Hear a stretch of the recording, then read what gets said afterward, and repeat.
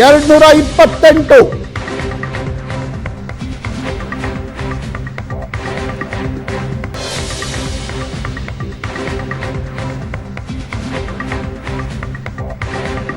BJP ಏಕಾಂಗಿಯಾಗಿ 238 ಸ್ಥಾನಗಳಲ್ಲಿ ಮುನ್ನಡೆಯಲ್ಲಿದ್ದರೆ ಕಾಂಗ್ರೆಸ್ ಏಕಾಂಗಿಯಾಗಿ 97 ಕ್ಷೇತ್ರಗಳಲ್ಲಿ.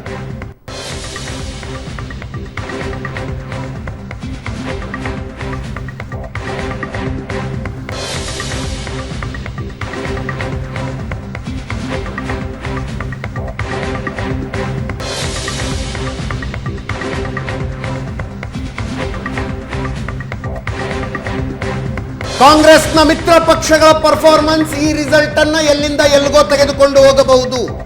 ನೀವು ನ್ಯಾಷನಲ್ ಟ್ಯಾಲಿ ನೋಡ್ತಾ ಇದ್ರೆ ಮೊದಲ ಸ್ಥಾನದಲ್ಲಿ ಬಿಜೆಪಿ, 2ನೇ ಸ್ಥಾನದಲ್ಲಿ ಕಾಂಗ್ರೆಸ್, 3, 4, 5ನೇ ಸ್ಥಾನದಲ್ಲಿ ಕಾಂಗ್ರೆಸ್ನ ಅಲಯನ್ಸ್ಗಳಿದ್ದಾವೆ. 3, 4, 5ನೇ ಸ್ಥಾನದಲ್ಲಿ ಕಾಂಗ್ರೆಸ್ನ ಅಲಯನ್ಸ್ಗಳು.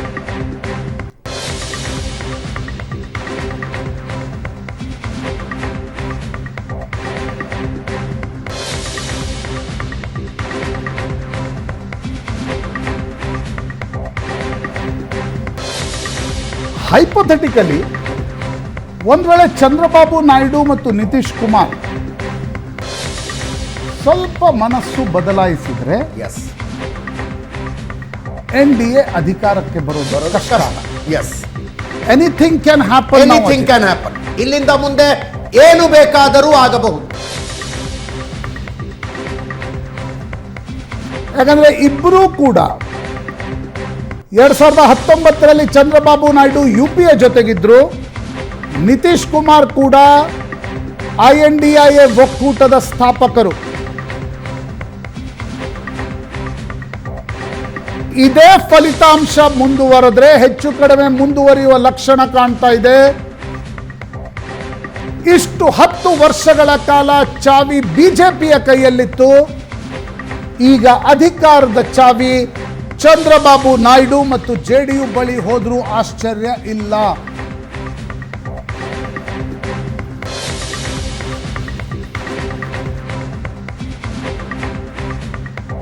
ಏನೂ ಕೂಡ ನಡಿಬಹುದು ರಾಜಕಾರಣದಲ್ಲಿ.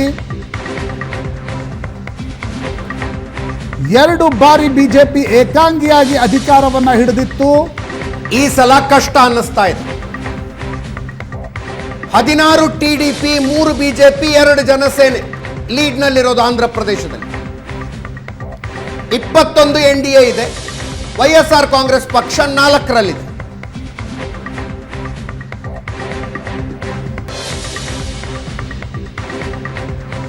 ಹದಿನಾರು ಬಿಜೆಪಿ, 10 ಕಾಂಗ್ರೆಸ್, JDS 2. ಕರ್ನಾಟಕದಲ್ಲಿ ಲೋಕಸಭಾ ಚುನಾವಣೆಗೆ ವಿಧಾನಸಭೆಗೆ ಹೋಲಿಸಿದ್ರೆ ಕಾಂಗ್ರೆಸ್ 2ರಿಂದ 2.5% ಮತಗಳ ಅಂತರವನ್ನು ಹೆಚ್ಚಿಸಿಕೊಂಡಿದೆ.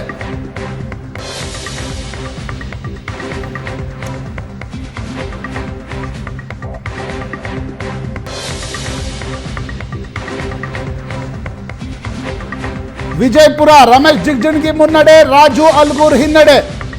ರಾಯಚೂರು ಕುಮಾರ್ ನಾಯಕ್ ಕಾಂಗ್ರೆಸ್ ಮುನ್ನಡೆ, ರಾಜಾ ಅಮರೇಶ್ವರ್ ನಾಯಕ್ ಬಿಜೆಪಿ ಹಿನ್ನಡೆ. ಮೈಸೂರು ಯದುವೀರ್ ಒಡೆಯರ್ ಬಿಜೆಪಿ ಮುನ್ನಡೆ, ಎಂ ಲಕ್ಷ್ಮಣ್ ಕಾಂಗ್ರೆಸ್ ಹಿನ್ನಡೆ. ತುಮಕೂರು ವಿ ಸೋಮಣ್ಣ ಬಿಜೆಪಿ ಮುನ್ನಡೆ, 94,353 ಮತಗಳ ಅಂತರದಿಂದ. ಚಿಕ್ಕೋಡಿಯಲ್ಲಿ ಪ್ರಿಯಾಂಕಾ ಜಾರಕಿಹೊಳಿ, ಬೀದರ್ದಲ್ಲಿ ಸಾಗರ್ ಖಂಡ್ರೆ. ಆಂಧ್ರ ವಿಧಾನಸಭೆಯಲ್ಲಿ ಅಧಿಕಾರದ ಗದ್ದುಗೆ ಎತ್ತ NDA. ಬೆಂಗಳೂರು ಸೆಂಟ್ರಲ್ನಲ್ಲಿ ಕಾಂಗ್ರೆಸ್ನ ಮನ್ಸೂರ್ ಅಲಿ ಖಾನ್ ಮುನ್ನಡೆ, ಪ್ರಿಯಾಂಕಾ ಜಾರಕಿಹೊಳಿ ಮುನ್ನಡೆ. ಮೃಣಾಲ್ ಹೆಬ್ಬಾಳ್ಕರ್ ಹಿನ್ನಡೆ, ಪ್ರಿಯಾಂಕಾ ಜಾರಕಿಹೊಳಿ ಮುನ್ನಡೆ.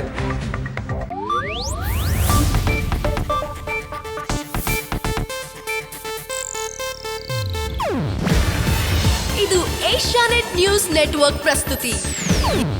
ನೀವು ನೋಡ್ತಿದ್ದೀರಾ ಏಷ್ಯಾನೆಟ್ ಸುವರ್ಣ ನ್ಯೂಸ್.